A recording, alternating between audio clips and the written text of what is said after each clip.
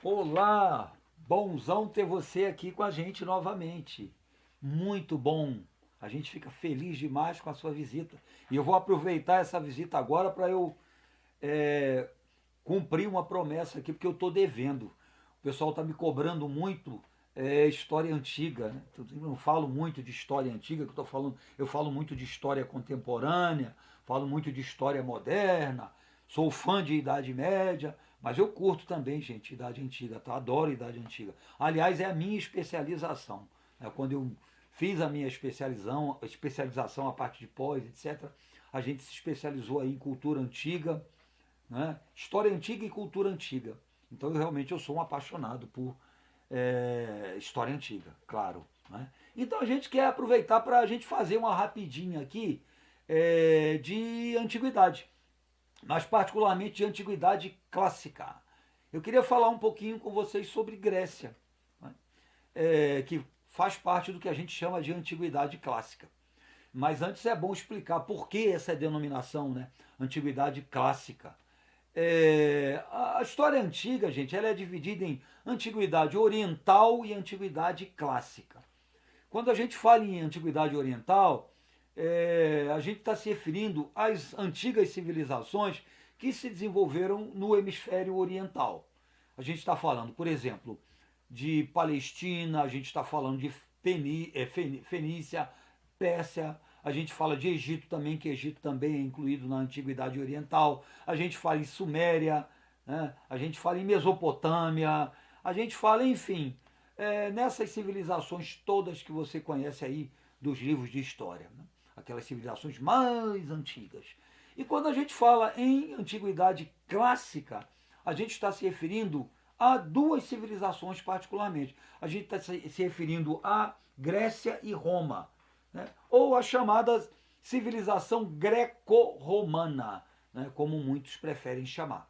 É a chamada cultura clássica, a chamada antiguidade clássica. Cultura clássica por quê? Porque a nossa cultura, nós aqui ocidentais, né? Nossa cultura ela é basicamente uma cultura greco-romana. As bases da nossa cultura, da América de um modo geral, a base é greco-romana e a Europa também como um todo. Né? Então, assim, a gente chama de cultura clássica. Tá? Então, a gente gostaria de destacar aqui a importância da civilização grega. Né? Os gregos, juntamente com os romanos, talvez tenham sido os povos, né? E a gente falou os gregos porque a Grécia foi ocupada por muitos povos, talvez tenham sido os que mais influenciaram a nossa cultura. A herança que nós temos dos gregos é muito grande. É uma pena que muita gente nem saiba, né? O que nós herdamos desses gregos. Foi um território que era muito maior do que hoje em dia. Se você pegar a Grécia hoje, o território grego é um território até relativamente pequeno, mas a Grécia era um território muito grande. Ele pegava não só a Península Balcânica, né, a extremidade da Península Balcânica, mas pegava a Ásia Menor, que era chamado de Jônia. Né? Havia também a parte formada pelas ilhas gregas, a chamada Grécia Insular, e havia também a chamada Magna Grécia, que era lá o sul da Itália. O sul da Itália foi muito influenciado pela cultura grega. Os gregos eles se expandiram, né, no período da expansão colonial grega, eles chegaram até o sul da Itália. Essa região, inclusive, ela acabou historicamente sendo conhecida como Magna Grécia, juntamente com a Hélade, né, que era a região que formava a maior parte do território grego, era assim a região considerada como a das mais importantes do ponto de vista econômico, do ponto de vista cultural. Né? A região da Hélade e a região da Magna Grécia. No seu processo de formação, de ocupação, de povoamento, a Grécia, né, ela foi ocupada sucessivamente por aqueus, eólios, jônios, dórios, né?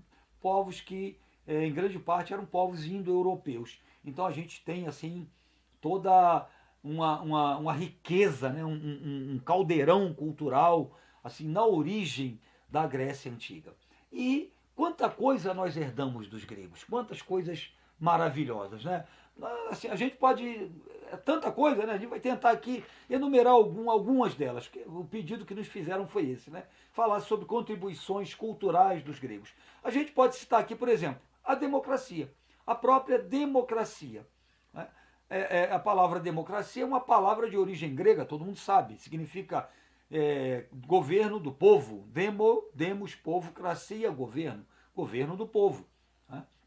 O demos representou uma etapa da evolução do povoamento da Grécia Antiga. Né? Nós tivemos uma evolução até chegar nas polis gregas, que passou por as seguintes etapas. Né? Os genos, que foi aquela formação primitiva, depois as fráteras, as tribos, e depois as demos, os chamados demos, e as polis gregas, que são as cidades-estado gregas. Né? Simplesmente, né, a palavra polis deu origem à política. A política foi uma criação dos gregos. Né? E essa forma de governo, democracia, é de origem grega. Os gregos foram os primeiros a criar um modelo de governo em que as leis, né, elas eram votadas, as decisões do governo, elas eram votadas, discutidas em assembleias populares. Né? A princípio, essa democracia ela não foi tão, digamos, democrática assim, porque né, excluía estrangeiros, excluía mulheres, excluía escravos, mas com o passar do tempo ela foi muito aperfeiçoada. Né? Começou com Clístenes, depois né, a Péricles, que foi assim, um grande governador ateniense, ele aperfeiçoou essa democracia.